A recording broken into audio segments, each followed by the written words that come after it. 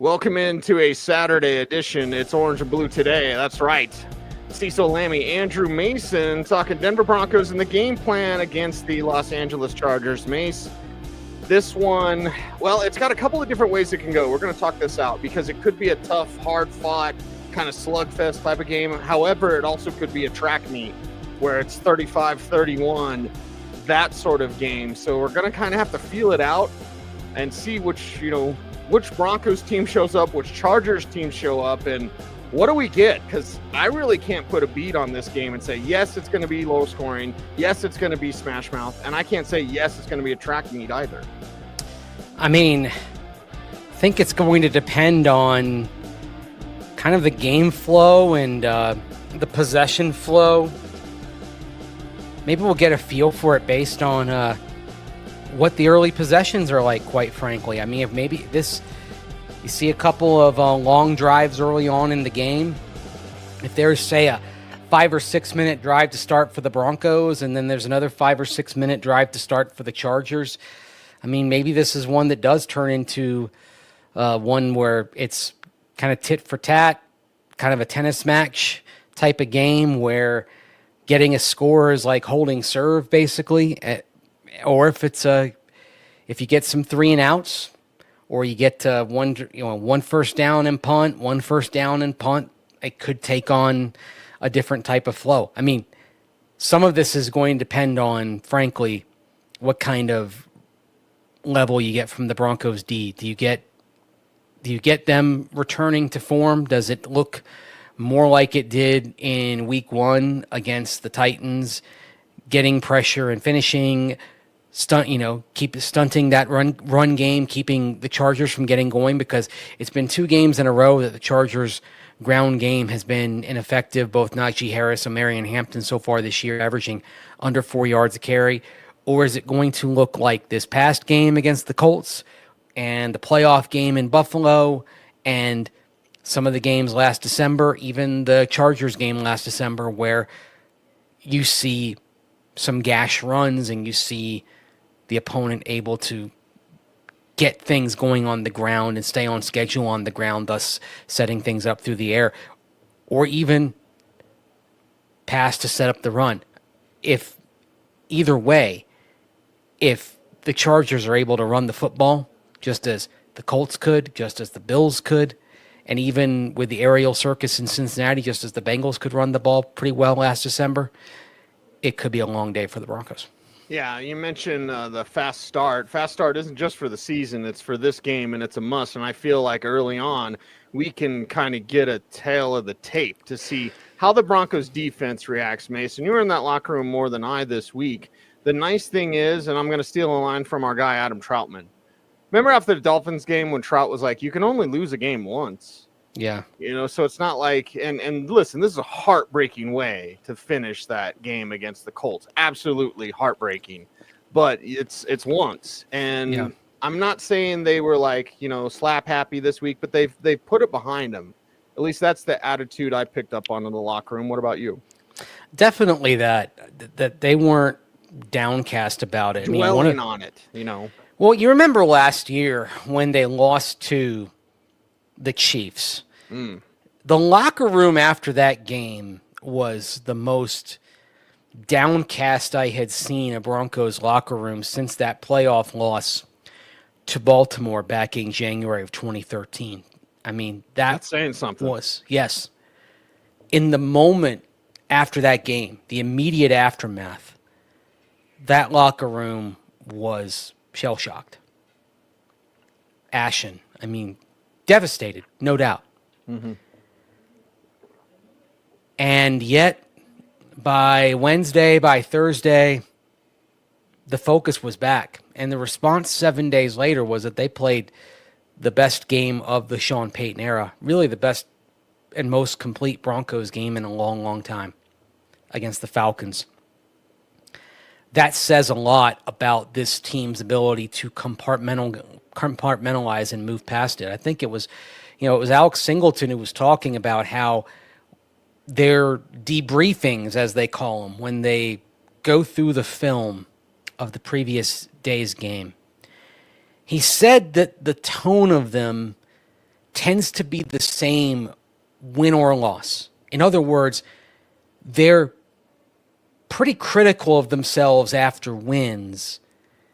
Thus, after a loss, it's not any harsher than it is after a win, which means that they're not going to be in this woe is me state after a loss, because it's not like they're sitting there and they're getting MF'd into oblivion in a way following the breakdown of the game in a way that isn't necessarily happening when they win. I mean, because they're facing their faults and the things that went wrong even after a dub. So, I mean, it kind of told me that they probably, if they had a rough film session after the Colts game, it tells me they probably had a rough film session after the Titans game as well. And thus, okay, if those two are the same, then of course they're going to be able to get past this game and move on, because it's not anything different that they're experiencing a day after than it would be after any other game. If the tone of the debriefings is always the same, win or lose, and maybe this is part of why they're able to kind of get past it, even though it's the type of loss that could be devastating. And certainly it's the type of loss that could be very costly. You may look on it and be costly, but the way they handle it means that, all right, they've got a better chance to get past it. When I say it could leave a mark, what I mean by that is it's the kind of loss that could have a huge impact down the line, especially coming against a team that probably seems likely to be in the playoff race. So it's a loss that could have a pretty big impact in terms of tiebreakers, not only against a team in the playoff race, but it's a team that's going to be a common opponent for AFC West clubs, because you're playing everybody from the AFC South. So it's going to have a pretty big impact, potentially tiebreak-wise. But at least the way they handle it means they're able to kind of control the fire and not let it spread to the next week. I like that. And I like the mental fortitude. I'll avoid getting crunchy 7.5 minutes in. The universe is mental. How do you approach it? And I love what Vance Joseph said. When Vance Joseph, I'm paraphrasing Mace, but he's like, I encourage other quarterbacks to go after Pat Surtain again. Yeah. I like that. Of course. I like that, not backing down, because we know PS2, his own words, he admitted he was lazy on his technique at times, which was shocking to me. But I guarantee this, Mace, he ain't going to be lazy this week. I mean, I admire the self-reflection. I think Sean Payton's penchant for self-critique is rubbing off on this team. The willingness to have the self-awareness to say, I did this wrong. Mm-hmm. I think it's having an impact on these guys. I think all of these guys are becoming more self-aware and saying, yeah, I screwed that up. Yeah, this is what I could do better. Accountability. Yeah. And I think what happens also with that, Cecil, you know what happens there? It means when they lose, they're not saying it's that guy's fault. Right. They're saying, I could have done this. So, like, you lose a game like last week, and nobody's saying, oh, it's because Dondre got called for leverage. They're not saying it's his fault. They're all saying, oh, I could have made that stop. I could have made that play. Will's saying, I could have made that kick. They're all saying, I could have done this. So instead of doing this, they're doing this. And that's a sign of a healthy team, that every guy is saying, this is what I could have done to prevent this loss. Mm-hmm. You know, and they're all looking inward and saying, I could have done more. Mm-hmm. Yeah, and we've seen this locker room be divided. They are far from being divided. Yeah. All together now. Yeah. It's probably you could say, in addition to the two most important things Sean Payton has done in the last couple of years, one, he and George Payton kind of rebuilding the talent level, and number two is like rebuilding the culture to create this culture where everyone's accountable. Yeah. And each player is saying, what could I do to prevent this? And they each look at themselves. And they're all, okay, I could have done a little more. I could have done this. Surtain, I could have played that better. I was lazy. Mm-hmm. Pat Bryant was talking to me a couple of weeks ago about how he's like, I was slacking off in practice one day. Like, they all look at themselves every day. Like sometimes they're looking at it, and like with Pat Bryant, like he's like, I was slacking off one day in practicing. Sean Payton came up to me, and I'm like, and he said, and he was right. The coach was right. I was slacking off. Like all these guys are they're getting attuned to look at themselves. And so that's also where kind of the culture and the coaching kind of rubs off on it. And now these guys are coaching themselves. And that's kind of the next level as well, to where the coach doesn't always have to do the prodding. These guys prod themselves. Mm-hmm. And what that means is then when they're prodding themselves, that means they're out there and they're kind of thinking for themselves, and they're doing it. They're acting for themselves, and then you can kind of get to the good stuff. So, of course, you're facing a team this week that also has the same sort of capability on their side as well, because these are two of the best coached teams in the NFL that you're going to see on Sunday. No doubt. No doubt. So the culture of accountability is what you need. Defensively, you need a better performance. We can talk about PS2 perhaps on Ladd McConkey. I've had fans ask me that, Mace. I'm sure you're getting it on your timelines as well. I think secondary-wise, Quentin Johnston, Keenan Allen, anybody outside, McConkey versus Jaquan McMillan could be the key matchup that we see. No Will Dissly, as we said on Friday's show. But yeah, they've got a trio of receivers that are going to be a concern for this trio of Broncos cornerbacks. No doubt about this. I mean, it's you put PS2 on somebody. Okay, you could put him on McConkey, you could put him on Keenan Allen or Quentin Johnston. But then, okay, Quentin Johnston's if you put PS2 on Keenan Allen, okay, who's going against Quentin Johnston? And Jaquan McMillan on Ladd McConkey. So it's Riley Moss against Quentin Johnston. And Quentin Johnston is off to an incredibly hot start this year. I mean, now the promise and potential is becoming performance, as Vance Joseph talked about on Thursday. He has gotten better. We've watched him now for 3 seasons. He's always had the physical traits, but man, he is playing with confidence. He's making plays down the field. And he's become the gadget player. I mean, he's the jet sweep guy, the reverse guy, and he's made a big play in both games. We've watched this season. So he's a first-round pick for a reason. The physical traits were always there, but now you see him mature as a receiver. So he's going to be a challenge. I love that because the physical traits are what got him drafted in the first round. But as you and I know, Mace, this league is full of physical guys. You've got to put it together, and Johnston is doing that. And just had to be patient with him. Mm-hmm. Receivers take 3 years. Not everybody's Brian Thomas. Yeah, I mean, be patient. Sounds familiar, right? Troy Franklin. I mean, yep. Troy's got in his second year. Marvin Mims Jr. You just have to be patient. Marvin Mims Jr. was midway through the second season. I mean, you just have to give it some time and, not call the guy a bust in year one. And there were some people calling Quentin Johnston a bust in year one. Like, what are you doing, people? There's some people calling Troy Franklin a bust in year one. It's like, no, you gotta wait. I'm gonna give myself a headache. Don't do that. Don't do that. We don't need you in the protocol, Mace. Yeah, well, I mean, all right.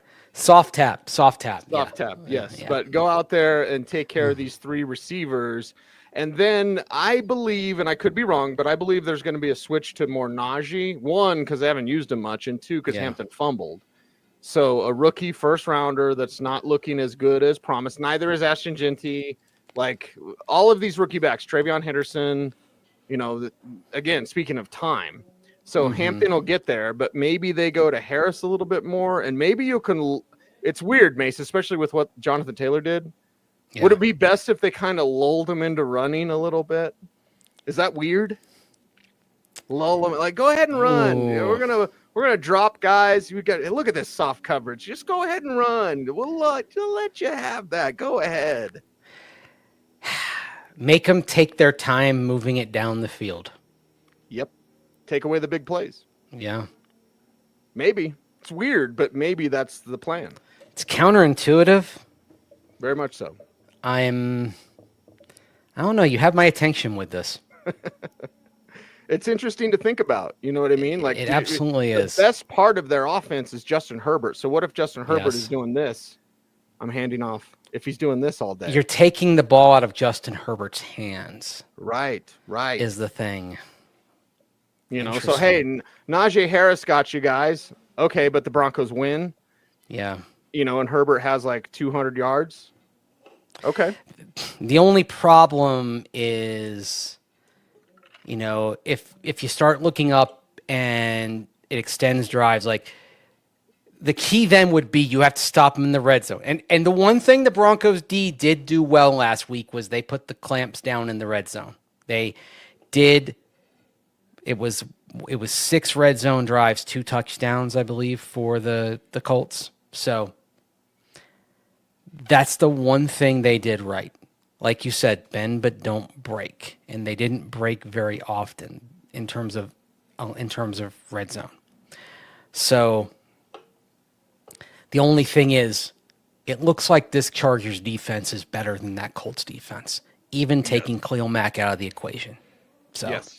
That's a thing that you have to consider. Before we move on, let's hear a word from our sponsors, our friends over at Ramos Law. Today's episode of Orange and Blue Today is presented by Ramos Law, the official injury law firm partner of the Denver Broncos. Ramos Law was founded by Dr. Joseph Ramos, an attorney and ER doctor, to provide exceptional care to those injured in accidents. With a unique understanding of both medicine and law, the Ramos Law team is built to fight for you every step of the way. Experience the Ramos Law difference. Contact them today at ramoslaw.com. Let's talk revenge. Let's talk JK Dobbins. Let's talk Broncos offense and, well, see if they can kind of continue the momentum they built against the Colts. Now, the fourth quarter pick from Bo Nix, I still want a clean game. That's what we've come to know Bo as a quarterback who's going to play a clean game. So no turnovers from Bo this week. Having JK run the rock. I always want more RJ, but I like the idea of JK Dobbins breaking that 100-yard streak and getting 100 yards on Sunday for the Broncos against his old team. JK's an easy guy to root for. That long 100-yard streak. Latavius Murray, man. I know. That's all I got to say. Latavius Murray. I mean, goodness gracious, it's been a while. Can JK do it? Or at least if it's not 100 yards, like just a strong presence on the ground, like they started the game out against the Colts. Yeah, stick with it. Maybe. I mean, it's a game where just no matter what you do, you're going to have to be patient. Now, patience was the word that Adam Troutman used when he was talking about what you're going to have to do, especially against this defensive front, when he talked about the Chargers on Thursday. They're super disciplined, always in the right spot. They play well off each other. So it's a very hard defense to go against because they make you impatient. So we have to stay patient. We have to run the ball well, and just continue to progress as an offense. Yeah. Patience means if you get the run game going early, you stick with it. Mm-hmm. In other words, if that play sheet says run it with 3 exclamation points like it did last year, don't go away from it. Yeah, have that side pointing at you, Stick Sean. with it. Not towards Stick the with camera. And if you're able to move, what is it, Tart on their nose tackle in the middle of that defensive line? Like they have a big 315, 320, whatever he's listed at. Like, Yeah. you've got some men up there that you need to move around. So, you know, Quinn Miners, Ben Powers. Hey, Ben Powers loves to be a road grader. So I'd love to see that. And Wattenberg certainly has a challenge this year, or excuse me, this week as well. But it's nice to have this unit up front. It's nice to have the run blocking and kind of that part of their game gaining momentum here in week 3. Yeah. And it's 2 weeks in a row that you've gotten the run game going, although obviously you had it wasn't until late in week 2, but week 3 or week 1, pardon me, week 2, you got it going from the jump. I mean, that's an advantage. And now you're starting to see bit by bit the results of the work kind of come into play. I mean, I thought you and I addressed this on an earlier show. Ben Powers, after a rough summer, had a pretty good week 2. Okay. So now he's trending in the right direction. Okay. And Ben Powers is at his best when you're running the ball and you're going downhill. So keep things going downhill. That, I think, it's key for the whole offensive line. But another thing that happens if you are controlling the pace this way is you're keeping Justin Herbert off the field. This is another thing that you want to do. I mean, if you've got this game in a 7-8 possession game and you're extending drives, I think you've got a chance to win this game. I think that means the Broncos have this thing on their terms. Yeah. And I'm not going to compare the Chargers offense to, let's say, the Chiefs offense from, the 2018-ish. But there was times against the Chiefs where it's like, if you just kind of kept it close and they never really put their foot on the gas, or they didn't have to put their foot on the gas, then that just kind of keeps this back and forth. It could be one of those like, okay, body blow, body blow, body blow, and just wait for that right moment to get that haymaker in. And maybe that's later in the game for Bo Nix, whether it's Marvin Mims, Troy Franklin. I'd like to see more Court this week too, with no Evan Ingram, as we talked about on Friday. Let those receivers make some noise. Look for Court to be involved early as well. That was something that Sean Payton mentioned on Friday, that he wanted to get the ball to Court early on in the game and get him involved after last week. So don't be surprised if you've got some things dialed up for Court being the first read among those first few plays, somewhere in the opener, if you see Court involved pretty heavily. Yeah, make it happen and see what the Broncos can do. And for me, Mace, I wouldn't mind if Court was just a little more selfish. It's a little more.